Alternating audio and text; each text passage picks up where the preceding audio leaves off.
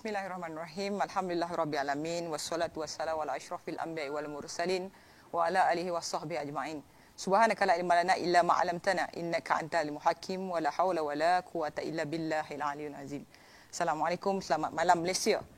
Hari ini saya gembira kerana diberikan sedikit ruang kerana dapat bersama dengan masyarakat secara umumnya, walaupun tidak lagi di pentas-pentas terbuka seperti sebelum ini. Tetapi hakikatnya inilah yang harus kita terima, inilah medium yang terpaksa kita gunakan buat masa ini. Tapi yang lebih penting ialah maklumat, fakta dan kebenaran itu harus sampai ke telinga dan mata rakyat tanpa perlu disekat dan tanpa perlu dimanipulasi oleh mana-mana pihak. Saya Siti Aisyah Syekh Ismail, walaupun bukan di pentas terbuka tapi roh dan semangatnya itu tetap sama. Kerana bila kita bercakap soal rakyat, pastilah apa yang kita nak sampaikan kepada rakyat itu ialah perkara-perkara yang dekat dengan mereka. Ayah-ayah, ibu-ibu, teman-teman sekalian, sebenarnya saya datang pada Ipoh, dah lama tak naik ke Kuala Lumpur ni. 3 tahun, 4 tahun saya jangka. Dalam perjalanan tadi, saya kebetulan bertemu dengan kawan lama saya. Dia orang kuat UMNO. Dia jumpa saya, dia nampak saya, dia kata, ni you nak pergi ceramah ke malam ni? Saya kata, ceramah lah. Dia kata, ni bawa ni topeng muka yang tertulis perkataan keluarga Malaysia. Saya kata kat dia, you bagi saya topeng muka ni pasal apa? Dia kata, you kena tahu Perdana Menteri kita ni Perdana Menteri yang dekat dengan rakyat. Dia bagi you pakai satu jenama baru yang dinamakan keluarga Malaysia. Saya kata kat dia, you ni jadi pemimpin UMNO, pemimpin muda, biar cerdik. Kena ingat, yang mula-mula mengetengahkan dan mempopularkan keluarga Malaysia ni ialah Datuk Seri Anwar Ibrahim. Rakyat mungkin lupa kerana setiap kali bila Datuk Seri Anwar Ibrahim pergi berceramah, khususnya di kawasan-kawasan kaum Cina dan Tionghoa, dia akan sebut satu perkataan yang selalu didengar dan selalu diulang-ulang. Apa dia? Woman tosen I Chia Ren. Maksud dia apa? Maksud dia kita satu keluarga. Jadi sebab itu saya katakan dia nak tahu politik, kena tahu dulu sejarah. Jangan jadi tukang ampu buta tuli. Isu keluarga Malaysia ni isu yang dulu orang dah sebut. Ismail Sabri ambil konon nak tunjuk dia tu keluarga yang bapa yang peduli anak. Tapi sebenarnya hakikat dia malam ini kita nak cerita. Betul ke Perdana Menteri yang ada hari ini? Betul ke Perdana Menteri yang dijatuhkan sebelum ini? Pak Long ke? Abah ke? Tolong ke bagi rebah rakyat di bawah? Saya nak sebut yang pertamanya, saudara. Bila rakyat bangkitkan hari ini soal air citra, RM10,000. Rakyat minta tolonglah kerajaan, keluarkanlah kami air citra ni RM10,000 ni. Sianlah kat kami. Bagilah kami peluang nak bernafas, nak teruskan kehidupan. Tapi apa kata kerajaan yang diwakili oleh Menteri Kewangan yang sehingga hari ini, petang ini mengeluarkan kenyataan yang sama? Apa dia kata? Oh, tak boleh keluar. Sebab apa? Nanti kalau keluar, rakyat tua, rakyat miskin. Ni rakyat dah nak mati, tak menteka darah ni. Rakyat dah nak mati, tak ada duit nak hidup. Dia masih cerita tentang hari tua rakyat. Saya nak sebut, saudara, sebab apa jawapan-jawapan popular seperti ini disebut oleh menteri berulang-ulang kali kepada rakyat. Soalnya, yang perlu difahami ketika ini ialah rakyat kena tahu, pada tanggal Jun 2021, kerajaan mengumumkan, KWSP mengumumkan yang mereka menerima keuntungan bersih hasil daripada pelaburan KWSP itu sendiri berjumlah kira-kira RM1 trilion. Namun apa yang rakyat kena tahu, tak sampai berapa jam mengumumkan keuntungan bersih hasil daripada mungkin perniagaan yang mereka buat dan sebagainya, pelaburan, Menteri Kewangan yang ketika ini Tengku Zafrul, dia bukan menteri rakyat, dia menteri bank. Dia sebut kerajaan dengan ini mengumumkan akan meminjam RM35 bilion daripada keuntungan bersih RM1 trilion yang diberikan oleh KWSP. Dalam keadaan yang tak berapa jam, bila dengar sahaja keuntungan RM1 trilion, mereka umum kita kena ambil RM35 trilion. Bila kita tanya kenapa ambil RM35 trilion? Oh, sebab kita sedang merangka satu pakej rangsangan ekonomi rakyat yang memerlukan kita menggunakan pakai duit untuk menjalankan ataupun mengimplementasikan projek itu kepada rakyat. Saya nak sebut saudara, 35 bilion ini satu jumlah yang besar. Sampai sekarang masih belum pernah dijawab di dalam parlimen. Setiap kali dipinjam oleh kerajaan, bagaimana pulangan baliknya semula, bagaimana proses pembayaran baliknya semula, dibuat dengan cara yang telus. Yang kita tahu, bila untung, hilang. Bila untung, diambil. 35 bilion ringgit daripada 1 trilion ringgit, dan akhirnya menjadikan apa, saudara? Rakyat diberitahu, rakyat difahamkan, tak boleh keluar air citra, sebab kalau keluar sekarang, rakyat derita bila hari tua nanti. Dan hari ini, saudara, sekali lagi, 30 hari bulan 9 2021, KWSP mengumumkan, KWSP mendapat untung sekali lagi. Untung bersih dalam pelaburan adalah sebanyak 48.02 bilion ringgit. Sebab itu kita beritahu kepada rakyat dan masyarakat, KWSP ini diwujudkan oleh kerajaan adalah sebagai satu tanggungjawab majikan kepada rakyat untuk mewujudkan sistem tabungan kepada rakyat. Dan bila rakyat susah, bila rakyat dah tua, perlukan tabungan, inilah duit yang perlu mereka bawa keluar. Tetapi dalam krisis ekonomi yang ada sekarang, rakyat dalam keadaan yang tak tahu nak dapat sumber daripada mana. Rakyat tak tahu nak dapat wang daripada mana. Dan akhirnya, bila mereka nak mengeluarkan hasil tabungan mereka, mereka tidak diberikan. Ada kritikan-kritikan yang mengatakan bahawa, oh ni tak apalah, nanti tanggungjawab kerajaan sebenarnya. Nak selamatkan rakyat, tak payah keluar ni tanggungan kerajaan. Kerajaan nak tanggungjawab bagaimana, saudara? Kalau saudara kata nak beri suruh kerajaan bagi duit pada rakyat, sedangkan kerajaan sendiri meminjam daripada hasil rakyat. Ini yang kita kena tekankan kepada rakyat. Sebab itu bila kerajaan tak bagi keluar duit, bukan sebab kerajaan peduli kepada hari tua rakyat. Tak. Bila kerajaan tak bagi rakyat keluar duit, rakyat kena tahu, oops, berhenti, kami pinjam duit dulu. Kami nak pakai duit dulu. Ada lebih, kita bagi. Tak ada lebih, tunggu dulu. Sebab apa? Kerajaan nak pakai duit. Dan ini kesan yang rakyat sedang hadapi sekarang. Sebab tu bila saya turun ke pasar-pasar, bila saya turun jumpa, saya pun beli barang juga pagi-pagi bangun. Ke pasar minggu dan sebagainya. Orang datang jumpa saya, Aisyah, ni macam mana ni ayam naik harga? Ni macam mana ni telur naik harga? Sayur naik harga? Saya kata nak buat macam mana? Hampa yang pilih. Dia kata kami tak pilih, kami pilih PH dulu. Tapi kami dirompak, kami dirogol, kami dicabul. Dan akhirnya PN dan BN naik. Saya kata apa beza PN dengan BN? Lainlah, dia PN. Saya kata hak ni pun perosak, hak ni pun bagi rosak. PN dan BN dua benda yang berbeza. Pada namanya, tetapi pada entitinya, mereka adalah pemimpin-pemimpin yang sama. Bila turun di bawah, orang tanya saya, Aisyah ni macam mana? Saya kata, makcik agak-agak lah, apa yang sedang kerajaan buat di peringkat atas ni? Oh, mereka tengah cari duit lah. Saya kata, mana makcik tahu? Tahu. Kita ada pemimpin, kita tahu. Mereka tengah susah cari duit kat kita ni. Saya kata kat dia, makcik tahu tak hutang negara dah berapa, makcik? Dia kata, dulu hang pernah habak lah nak sampai 1 trilion, nak sampai berapa bilion, apa semua. Lah ni makcik tak tahu lah. Saya kata, makcik, masuk 2022 ni, saudara. Ini diperakui sendiri ya, oleh Bank Negara, oleh ramai pengkritik-pengkritik ekonomi dalam Malaysia yang menyebut kalau tidak, orang kata apa, diskat kerajaan yang ada ini dari meneruskan rentak mereka ini, kita akan mencapai 1.4 trilion ringgit hasil daripada hutang negara yang dah bertapuk sejak 60 tahun pemerintahan UMNO Barisan Nasional. Rakyat kena ingat, 60 tahun UMNO merintah, hutang nak sampai 1 trilion, kita pegang 22 bulan, itu pun ada orang kata, Aisyah ni PH perintah 22 bulan ni apa ada?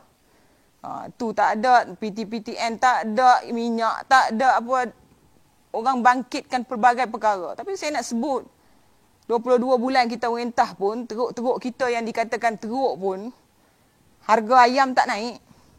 Harga telur tak naik. Harga barangan masih terjamin. Tapi sebaik-baik kononnya kata kerajaan yang ada ni, yang hari ini, yang kononnya peduli rakyat, bagi duit 1,000, 1,500, 800, 500, 200 setengah, saya nak beritahu rakyat, kita bukan pengemis di negara kita sendiri.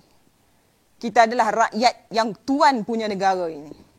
Tapi kita dilayan seolah-olah kita ini pengemis duit kita sendiri apabila kerajaan bagi inisiatif bukan menggunakan duit kerajaan tetapi menggunakan duit rakyat itu sendiri. Sebab tu bila saya sebut, makcik tahu tak apa berlaku? Pada awal Januari sehingga Mac 2021, apa kerajaan buat pada masa itu makcik? Dia kata makcik tak tahu apa kerajaan buat tapi makcik tahu waktu tu Abah tu tengah nak menyelamatkan negara. Saya kata Abah yang mana? Abah tu lah, Abah mana? Abah tu Muhyiddin tu bukan Abah makcik. Dia kata. Kan dia bila marah kan keluarlah ayat yang tak sedap. Tapi saya nak sebut, saya cakap adik makcik ini bukan Abah. Dia kalau Abah, dia makan secubit, anak makan segantang. Ini dia makan segantang, anak makan secubit. Sebab saya sebut Januari hingga Mac 2021, apa berlaku? Kerajaan telah membuat pinjaman tidak normal selama 10 hari bermula 27 hari bulan 7 2021. Kemudian diikuti 3 hari bulan 8 2021 dan diakhiri pada 9 hari bulan 8 2021. Kerajaan telah meminjam daripada Bank Pusat yang mana boleh didapati info ini di laman sesawang Bank Negara Malaysia. Mereka telah meminjam sebanyak 11.5 bilion tanpa diketahui puncanya. Bila tanya dalam parlimen, mana pergi 11.5 bilion? Oh, kita ada. Kita dah guna. Kita dah pakai. Tapi bila minta perincian, oh tak boleh kongsi. Ini rahsia negara. Pakcik, makcik, kita kena sedar. Bermula tahun 2021 sehingga ujung tahun 2001, konflik kepimpinan negara, kerapuhan kepimpinan negara, pertukaran kepimpinan negara, waktu itu menyaksikan wang ringgit rakyat menjadi aset utama kerajaan untuk memastikan mereka kekal berkuasa. 11.5 bilion ringgit. Dalam masa tempoh 10 hari tak sampai. Orang bayangkan saudara, bayangkan. Kalau kita pergi bank, keluar RM5, keluar RM10, keluar RM15. 3 hari berturut-turut. Jadi persoalan kepada masyarakat, khususnya rakyat yang tahu tentang isu yang sedang berlaku ini, orang tertanya-tanya, kenapa keluar sampai banyak tu? Tapi bila nak tutup cerita, tak apa wahai rakyat Malaysia, keluarlah Tan Sri Muhyiddin Yassin di kaca TV anda semua. Inilah sosok tubuh Abah yang digembar-gemburkan sebagai Abah terbaik di dunia. Tapi dia tetap juga pemimpin yang tidak, orang kata, sensitif kepada masalah rakyat. Apa berlaku? 11.5 bilion dikeluarkan daripada Bank Pusat, diguna pakai, kononnya disalurkan kepada 3 agensi melalui 3 transaksi yang sehingga kini masih tak dapat dijawab oleh pihak kerajaan. Apa lagi yang nak rakyat kagumkan dengan kerajaan yang ada? BN atau PN, mereka adalah kerajaan yang sama yang duduk dalam waktu yang sama memerintah negara walaupun mereka bertukar Perdana Menteri.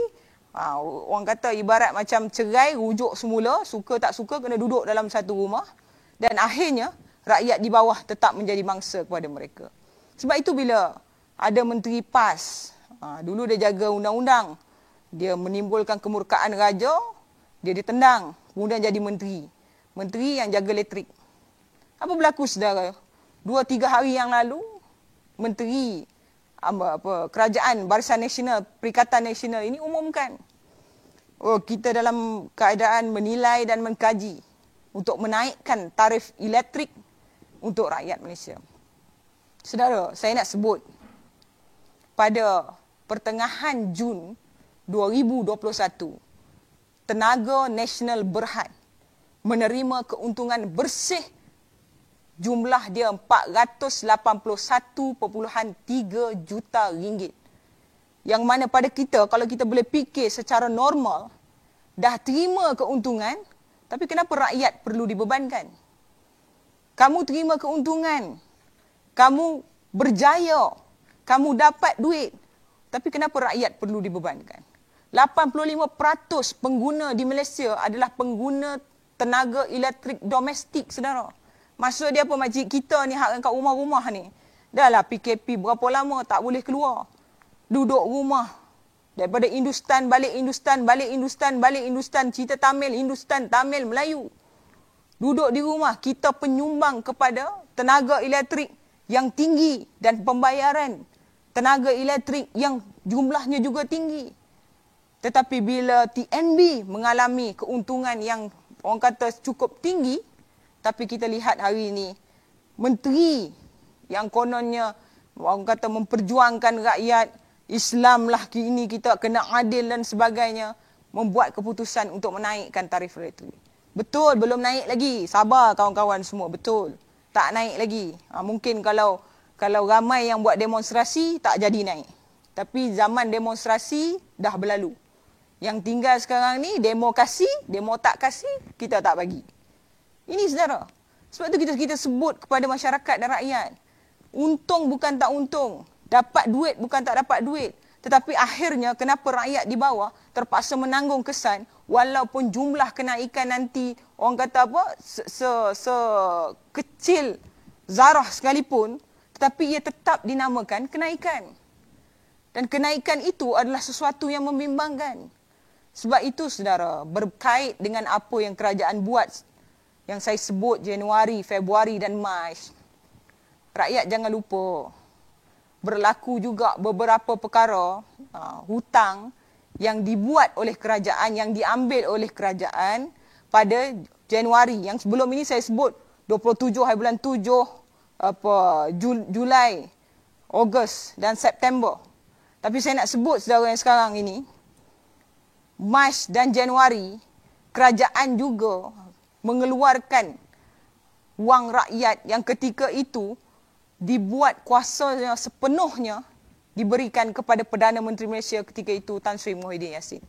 Saya sebut saudara perkara ini kerana wang yang dikeluarkan oleh Kerajaan Perikatan Nasional pada Januari dan Mac 2021 itu adalah wang yang disatukan dalam pembendaharaan negara, yang mana seorang Perdana Menteri atau ADUN, dia mempunyai hak untuk mengeluarkan wang tersebut tanpa meminta persetujuan daripada Parlimen, Dewan Rakyat ataupun Dewan Undangan Negeri. Maksud dia apa? Dia fikir, dia rasa dia nak, dia buat keputusan. Sebab apa? Memang duit tu dia duduk dekat dalam itu dan dia tidak memerlukan pendapat dan tidak memerlukan persetujuan semua untuk dikeluarkan. Dan apa berlaku saudara? Januari 2021, jumlah pengeluaran 19 bilion ringgit. Februari 2021, jumlah pengeluaran 13 bilion ringgit. Dan Mac 2021, 22.5 bilion ringgit dikeluarkan, menjadikan jumlah keseluruhan yang diambil daripada wang yang disatukan dalam pembendaharaan negara adalah berjumlah 54.2 bilion ringgit. Dan ini sampai sekarang tidak dijawab oleh mana-mana pimpinan, walaupun sering dibangkitkan di peringkat parlimen, ditanyakan di peringkat parlimen, tetapi tidak jawab. Orang tanya, ni pinjam lagi ni kenapa pula? Hari tu dah pinjam, ni pinjam lagi, pasal apa pula? Saudara kena tahu, 2021, konflik kepimpinan negara. Bagaimana pemimpin-pemimpin yang ada perlukan duit untuk menyelamatkan tahta, untuk menyelamatkan kedudukannya. Dan bukan ambil duit untuk selesaikan masalah di bawah. Bukan ambil duit untuk selesaikan masalah rakyat di bawah. Bukan ambil duit untuk menyelamatkan rakyat di bawah. Dan akhirnya, rakyat kena tahu. Bila apa yang berlaku. Saya sebenarnya bila tragedi, bencana, banjir berlaku di Malaysia, khususnya di negeri Selangor, waktu tu kita lihat bagaimana rakyat tertanya-tanya ni. Mana pemimpin, bagaimana nak selesaikan masalah. Saya sepatutnya sebagai seorang Perdana Menteri ketika itu, Ismail Sabri harus menyatakan ketegasan dia.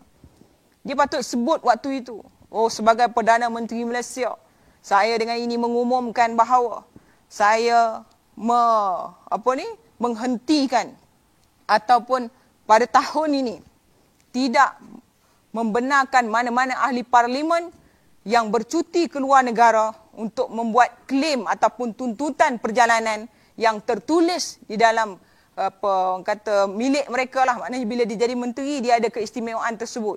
Tetapi bila berlakunya bencana, saya mengharapkan Ismail Sabri itu menyebut kita tangguhkan tuntutan perjalanan menteri-menteri ini dan semua wang itu disatukan dan disalurkan semula kepada rakyat. Tapi tak berlaku, makcik.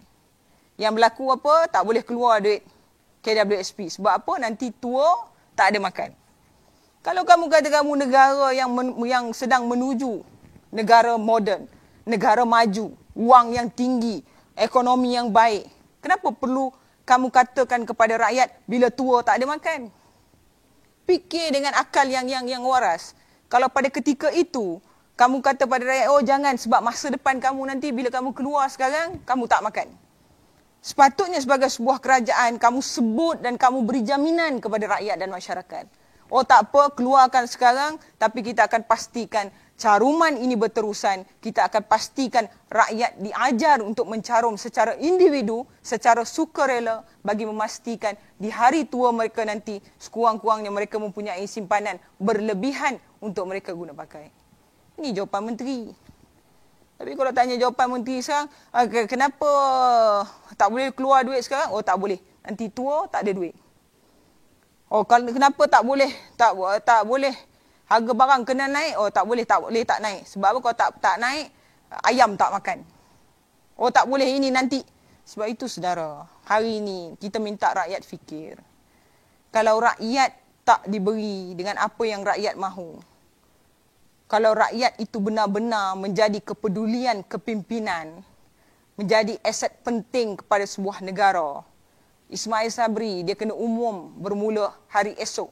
Saya, Ismail bin Sabri, Perdana Menteri Malaysia dengan ini mengumumkan untuk kelima penasihat saya melepaskan jawatan dan tidak dibayar gaji.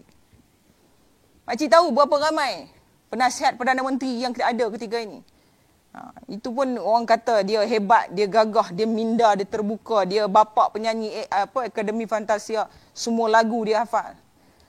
Semua dia hebat. Tapi saya nak sebut saudara, kalau kamu hebat, kamu tak lantik 5 penasihat untuk diri kamu.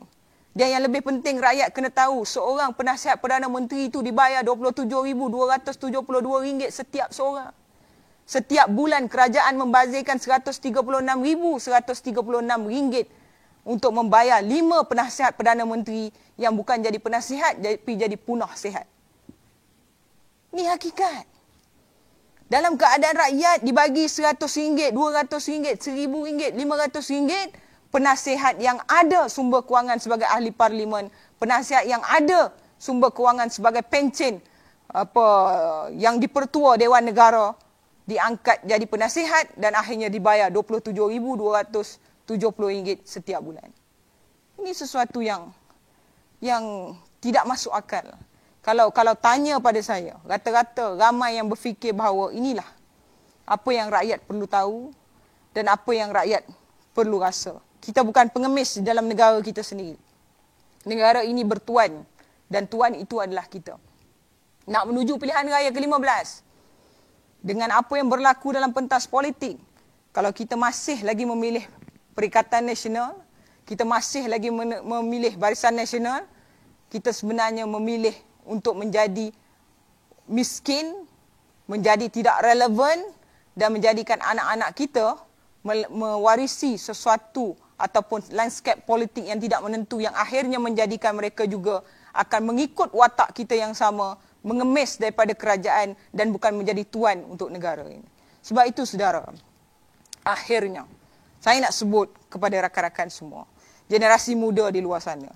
Orang semua selalu cakap, ni apa, boleh ke Anwar Ibrahim ni jadi Perdana Menteri?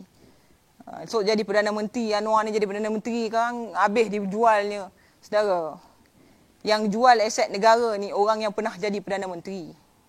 Yang dikata rompak duit negara ni orang yang pernah jadi Perdana Menteri. Yang dikata tak jaga rakyat di bawah ni ialah orang yang pernah jadi Perdana Menteri. Itu pun ada anak bapa.